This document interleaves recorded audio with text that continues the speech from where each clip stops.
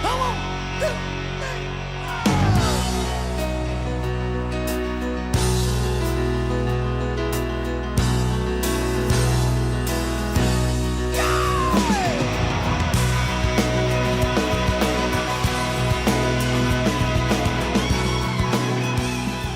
Well, good morning. Welcome back to the Broadcast Retirement Network. I'm Jeff Snyder. This is BRN AM for Thursday, January 6th, 2022. And our top story today, the acceleration of peer-to-peer exchanges as a business model. Well, joining me now to discuss this and a lot more is James Siles. He's the co-founder of Better Edge. James, great to see you. Thanks so much for joining us on the program this morning. Hey, thanks for having me. Absolutely. So we're going to talk a lot about technology and how it applies in today's business world. But let's start with some basics. Peer-to-peer exchanges. Just for the benefit of myself and the audience so we can level set, what is a peer-to-peer exchange? So at its core, it's just a place where people can buy and sell an asset or something of value without a central institution determining what the price of that asset is. So the actual action of buying and selling the asset is what is determining the price of that asset.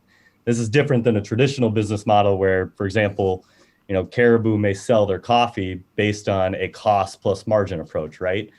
By nature, they don't want to tell you what the cost of that is because they want to make a profit on that. In exchange, everything happens amongst users rather than a central institution. Okay, so with that as a baseline, is a peer-to-peer business model, which is what we're discussing here, peer-to-peer exchange, is that more efficient and more productive a business model, or is it just another way of doing business? Yeah, I think it can be. The problem that peer-to-peer exchanges have is the birth of them, right? You need sort of this critical mass for them to become more efficient than a traditional business model, right? Without that critical mass, if you don't have enough buyers that are wanting to buy the products that people are selling, then all of a sudden you sort of have this stalemate where a traditional business model, they can sort of manage it internally. And so at critical mass, it definitely becomes more efficient and more effective. Just by nature, an exchange is completely transparent with everything that's happened, right? You can see the value something traded at today going back to the inception of whatever that asset is. So you know exactly what the price that everyone expects this asset to be.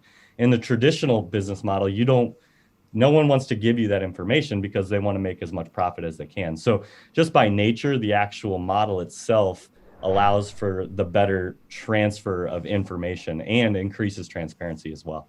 Yeah, and I can see that. And we're going to talk about the applications in segment 2, but let me just kind of jump off that question for a second and just ask you, it sounds like you need some infrastructure to put this into place. It's not as simple as just logging on, and I'm making it sound very rudimentary, but logging on and creating a website using WordPress. In order to exchange data and bring these peers in, I'm an old a computer network guy. I remember peer-to-peer networks. It sounds like you need some of the infrastructure in place to actually be successful in this business model. Yeah, absolutely. I mean, at the end of the day, you could theoretically create a peer-to-peer exchange without any technology itself. However, that is not going to actually give you an ability to get to that critical mass where it's even going to be an efficient market to operate in. So yeah, the technology is a big piece of it. I mean, if you look at crypto and just what blockchain has done for exchanges, it's been great because the whole idea of decentralizing the data storage allows for exchanges to grow, not with a central entity, but it grows just as the product grows, which is kind of cool. In other models like ours at Better Edge, we don't use blockchain, but we do have to have a website, and we do have to be able to basically manage trades that are happening every second. And so it creates a ton of data. So there is definitely a big technology play for something like this to be pulled off.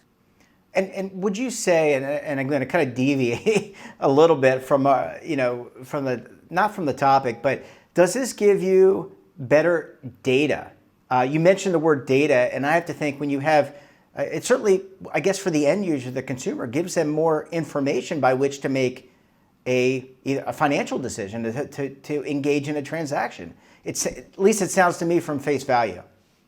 Yeah, that's absolutely right. There's so much data that gets pumped out. You know exactly what the price of every asset that's being traded on your exchange is at the point in time it's traded, also going back to the inception of that asset. So from that data perspective, you have a ton of information, but then it doesn't end there. You've got information on who's buying and selling the assets as well. So you understand what demographics are willing to pay more, what demographics are willing to pay less. So as a buyer and seller on that exchange, I can make better decisions using that data.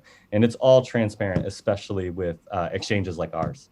Yeah, and transparency to me as a consumer, I want, or investor, I want as much transparency as possible. Last question for this segment. You know, we're in the throes of this pandemic. It's forced a lot of people to work from home, contactless payments. Has this accelerated? I mean, crypto and blockchain existed before the pandemic, but has this really accelerated the use of peer-to-peer exchanges? Yeah, I think it has in some ways, like you mentioned, not being able to go into stores. So you're looking for different ways to buy products and then seeing that there's these other options out there. I think that's definitely been a piece of it. I think you mentioned blockchain and cryptocurrencies. They have been a huge catalyst for building and creating more exchanges. But I honestly think it goes back to the financial services industry and where retail trading companies like Robinhood and Webull and Cash App and all of these companies that took these concepts of an exchange and trade and market trades and limit orders and the stuff that seemed very foreign to people, they were able to package it and give that information and teach people in a really cool way, which has just increased the consumer base. So it used to be, the really knowledgeable were the ones that would understand how to use an exchange. Now we've got millions and millions and millions of US college students, even high school students that understand exchanges. So just the massive increase in consumers has increased the demand for exchange models in what used to work as traditional businesses. Yeah, and we've seen, to your point, we've seen millions and millions of people become new investors, and that's certainly exciting for people who are trying to achieve financial security and independence. James, I need to take a quick break. When we come back, we'll talk about the application of peer-to-peer exchanges. Where can you find them? Well, you're going to want to stay tuned right here on BRN AM.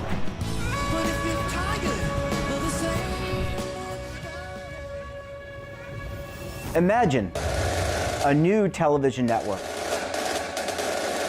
that will make you richer, healthier, and in control of your financial future.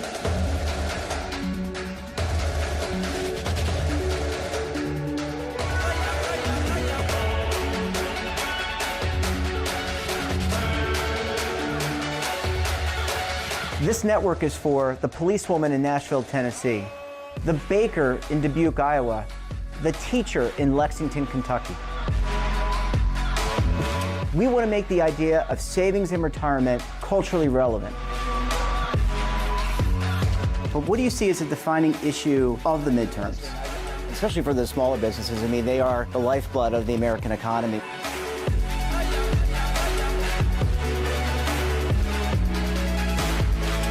Featuring exclusive interviews, current affairs, and docuseries. 33 years old, you retired early. The philosophy is money only matters if it helps you live a life that you love. But you got to start thinking about retirement as soon as you get in. The Broadcast Retirement Network will drive very high engagement with premium partnerships. So this isn't retirement and savings for your parents or grandparents. This is for all Americans. And we're going to change the way you think about money.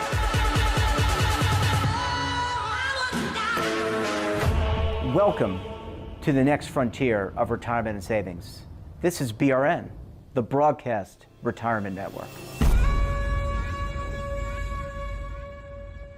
Are you stuck with a low credit score? A credit report and score that's causing you to be denied credit or pay higher interest rates than others for the same things? Then do what Terrence did and call Credit Repaired for your free credit evaluation to help restore your credit. I started thinking about buying a new house, and my score wasn't where I needed it to be. I called and spoke with one of the representatives, and we just had a good conversation, and I liked what he was saying.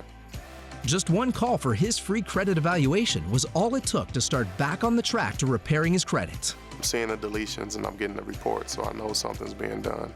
It does make a difference to me. All it takes is one call to get started. Credit repair has given me a second chance to have a better credit score. Don't let a low credit score hold you back another day. Do what Terrence did and make the call for your free credit evaluation. Call 800-819-4152. That's 800-819-4152. Again, 800-819-4152. Welcome back. We're talking this morning to James Siles of Better Edge. James, thanks so much for staying with us this morning. Yeah, thank you. Yeah, this is fun, and I always like to learn about new technology. And by the way, it's technology that a lot of us are using. I'm probably doing it on a regular basis. James, when you talk about the application of peer-to-peer exchanges, and we've already talked about crypto, I was going to say klepto, but crypto, blockchain, where else might we find peer-to-peer exchanges today? Yeah, so today, one thing that's near and dear to me is sports betting as an example. So you look at your traditional sports betting business, which is, you want to buy a bet, you go to a sports book, you give them $10.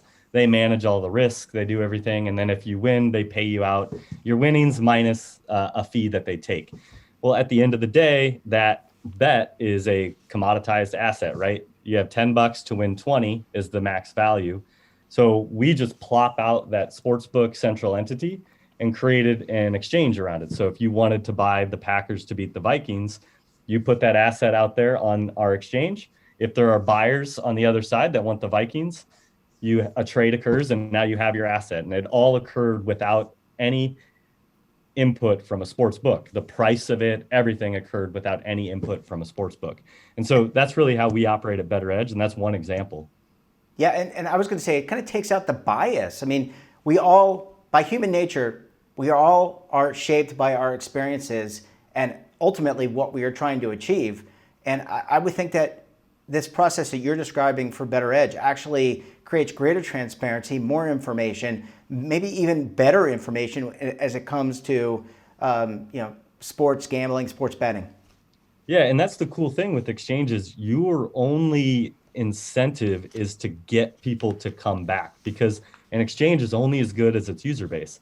And so all of a sudden, if your user base drops, the experience at the exchange drops as well. And so if you start hiding information or if you start trying to beat the consumers on your exchange, you're going to give them a worse experience. And then as a result, you're going to fail. This is really the opposite of what traditional business models do, right? They want to hide some of that information because at the end of the day, they're trying to make a profit in an old revenue model way where cost plus margin or however you do it. It's no different with the sports book. They have more information than you as a consumer. And so they're going to want to keep that information from you so they can profit off of you. And exchange really only profits off of the volume that operates through it. Yeah. James, let's talk about regulatory scrutiny. And we talked about Robinhood, Webull, and some of the other trading platforms, which by and large has democratized investing, which I think overall getting people involved is a great thing. But we've also seen the SEC, which is the regulatory body over trading, become more engaged and look at regulations to maybe further strengthen the marketplace.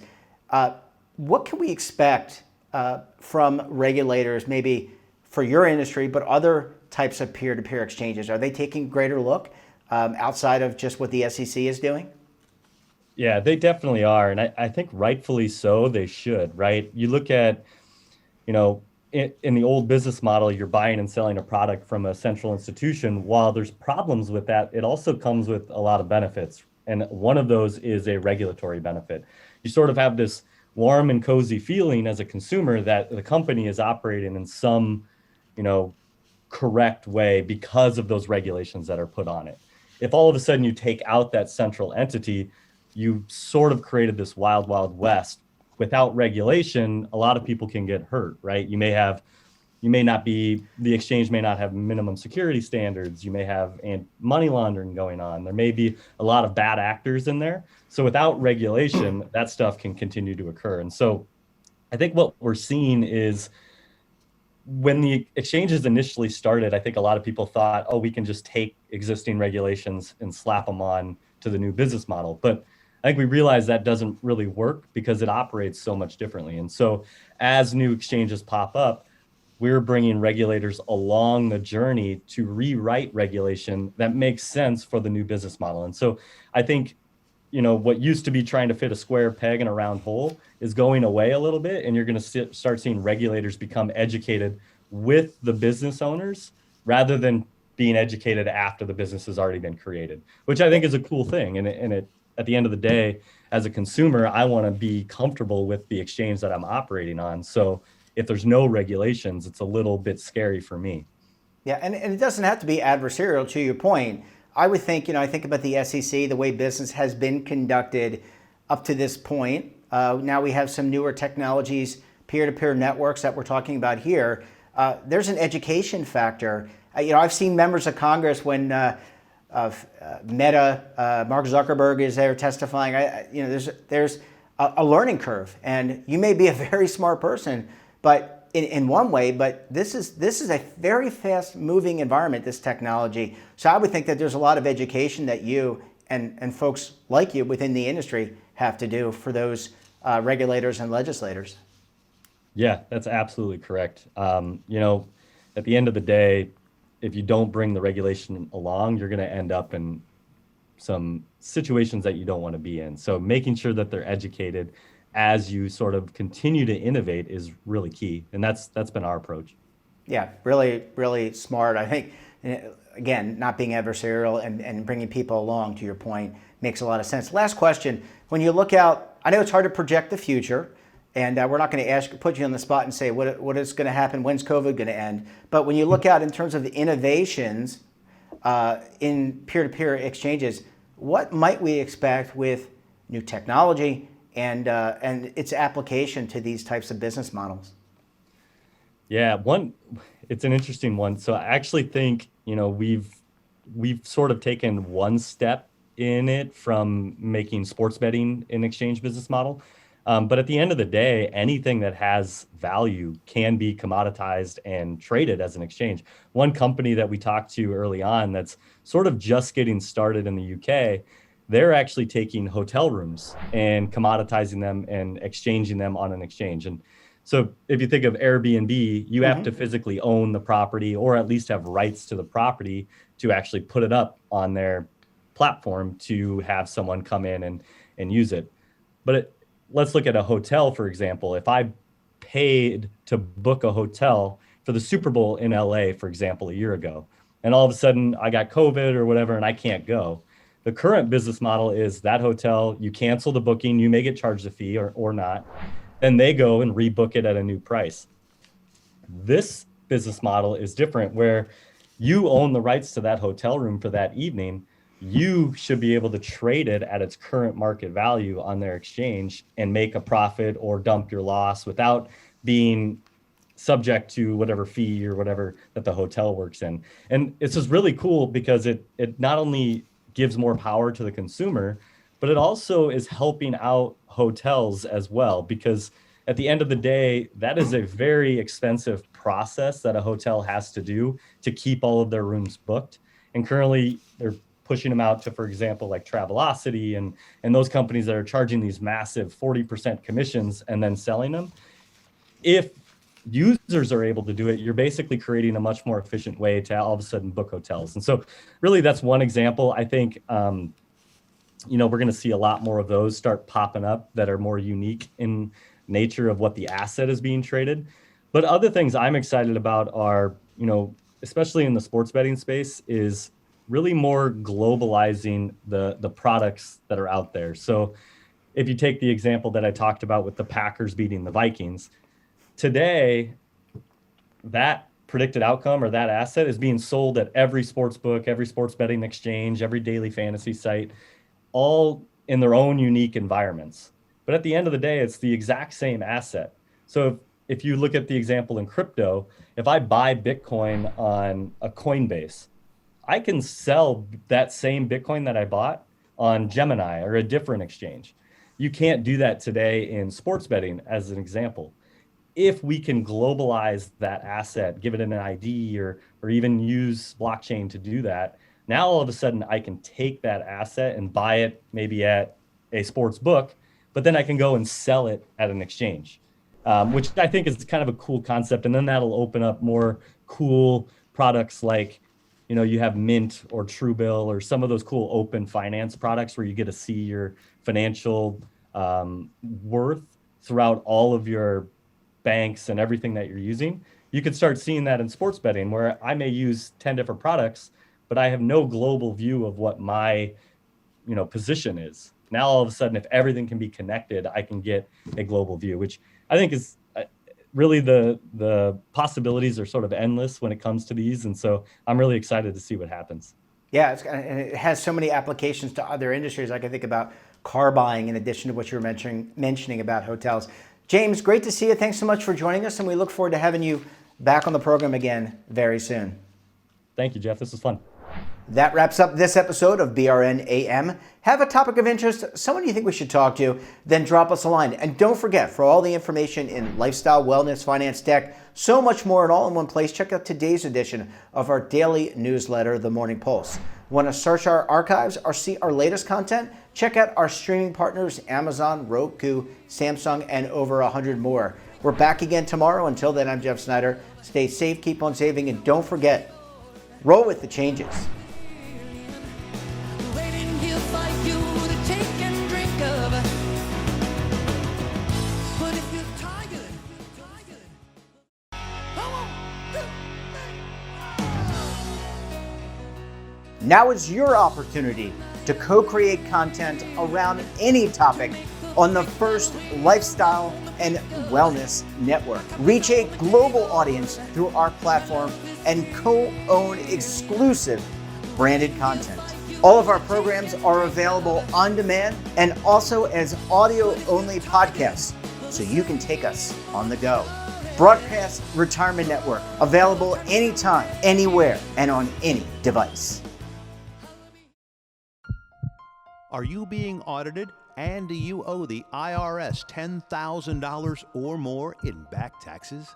Is the IRS threatening to take more of your money? Don't fight the IRS alone. The Tax Doctor is here to help you negotiate your tax bill and reduce your stress. The IRS can freeze your assets and seize your bank accounts, but you can stop these IRS actions. The Tax Doctor will work with you using our years of experience to represent your case to help you get the best resolution under the IRS guidelines. Help is here to deal with the IRS to reduce your stress. We've handled thousands of cases, so we know what we're doing. If you owe $10,000 or more in back taxes, do not call the IRS alone. Call a Tax Doctor now for a tax emergency analysis. Call 800-224-6439.